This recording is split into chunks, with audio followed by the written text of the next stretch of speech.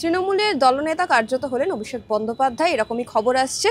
সুমনদা রয়েছে আমাদের সঙ্গে, বিশিষ্ট সাংবাদিক। দাদা, এই যে মুখ্যমন্ত্রী মমতা বন্দ্যোপাধ্যায় বারংবার বলেন যে দলে আমি শেষ কথা, হ্যাঁ, এবং বিরোধীরা সেখানে বলেন যে না, ভবিষ্যৎ প্রজন্ম তো রেডি করছে মুখ্যমন্ত্রী, অভিষেক বন্দ্যোপাধ্যায়ের জন্য তো এত কিছু, এত দুর্নীতি বারংবার কটাক্ষ করেন। তাহলে কি এই যে আজকে অভিষেক বন্দ্যোপাধ্যায়কে মানে কার্যত এই পদে বসানো হলো, সেটার ইঙ্গিত? এটা গুরুত্বপূর্ণ সিদ্ধান্ত তো বটেই, কারণ লোকসভায় তিনি তৃণমূলের দলনেতা হবেন মানে তিনি সর্বভারতীয় ক্ষেত্রে অন্য দলগুলোর সাথে কথা বলবেন। এর আগেও আমরা দেখেছি যে বিভিন্ন বিষয়, বিশেষ করে ইন্ডিয়া জোটের বৈঠকে অভিষেক বন্দ্যোপাধ্যায় বেশি সক্রিয়, উনি রাহুল গান্ধীর সঙ্গে কথা বলছেন বা অন্য বিরোধী নেতাদের সঙ্গে যোগাযোগ রাখছেন। ফলে আমার মনে হয় তরুণ প্রজন্মের হাতে ব্যাটন তুলে দেওয়ার ক্ষেত্রে এটা একটা গুরুত্বপূর্ণ সিদ্ধান্ত।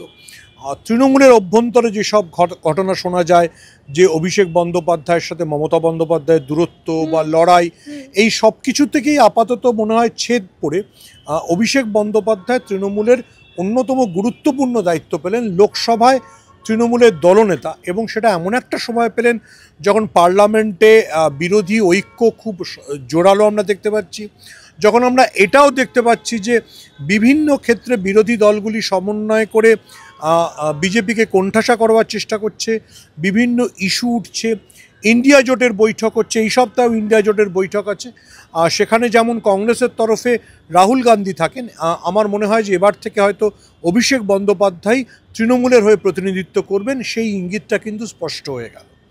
কিন্তু কল্যাণ বন্দ্যোপাধ্যায় দক্ষ রাজনীতিবিদ, সেটা বলাই চলে। কল্যাণ বন্দ্যোপাধ্যায় বলছে যে দিদি বলছে আমি কেন লোকসভায় ঝগড়া করছি, আমি ঠিকঠাক মতো পারফর্ম করতে পারছি না। কোথাও গিয়ে কি অভিষেক বন্দ্যোপাধ্যায়কে বসানোর জন্য এরকম দক্ষ একজন রাজনীতিবিদকে সরিয়ে দেওয়া হলো?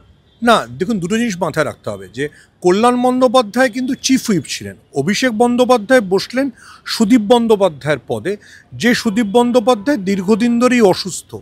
আমরা বারবার শুনছিলাম যে সুদীপ বন্দ্যোপাধ্যায় অসুস্থ, উত্তর কলকাতার সাংসদ অসুস্থ, তিনি তার ডিউটি পারফর্ম করতে পারছেন না।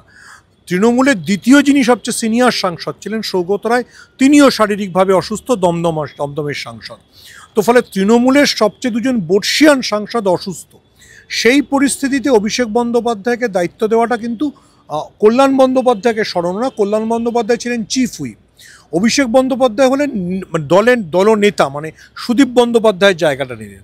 একটা কথা আমাদের মাথায় রাখতে হবে, আমরা দেখেছিলাম যখন অপারেশন সিন্দুরের পরও সর্বভারতীয় এবং সর্বদলীয় প্রতিনিধি দল বিভিন্ন দেশে কেন্দ্রীয় সরকার পাঠাচ্ছে, সেখানেও কিন্তু তৃণমূলের প্রতিনিধিত্ব করেছিলেন অভিষেক বন্দ্যোপাধ্যায়, এবং সেই সময়ও অনেকেই স্বীকার করেছিলেন, ইভেন বিজেপির লোকজনেরা স্বীকার করেছিলেন যে অভিষেক বন্দ্যোপাধ্যায় চমৎকারভাবে দলের হয়ে পারফর্ম করেছেন।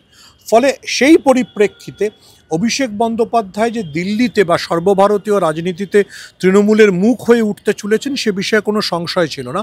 এবার সেটাতে পাকাপাকি শিলমোহর পড়ল। আবারও বলছি, মমতা বন্দ্যোপাধ্যায়ের কাছে হয়তো খুব বেশি অপশনও ছিল না, কারণ সুদীপ বন্দ্যোপাধ্যায় অসুস্থ, সৌগত রায় অসুস্থ, এবং কল্যাণ বন্দ্যোপাধ্যায়ের সাথে মহুয়া মৈত্রর নিয়মিত ঝগড়াঝাটি চলছে।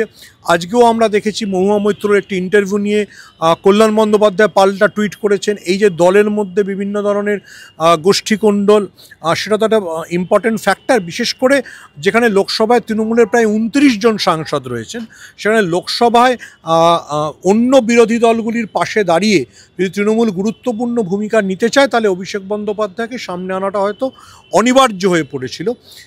এবং রাজ্য রাজনীতিতে যে দীর্ঘদিন ধরে গুঞ্জন ছিল যে অভিষেক বন্দ্যোপাধ্যায়ের সাথে মমতা বন্দ্যোপাধ্যায়ের দূরত্ব, বা অভিষেক বন্দ্যোপাধ্যায় কতটা তৃণমূলে সক্রিয় হবেন, আমার মনে হয় 21শে জুলাই অভিষেক বন্দ্যোপাধ্যায়ের ঝাঁঝালো বক্তৃতা দিয়ে যেটা শুরু হয়েছিল, তারপরে আমরা দেখছিলাম অভিষেক বন্দ্যোপাধ্যায় ক্রমশ বিভিন্ন সাংগঠনিক বৈঠক করছিলেন।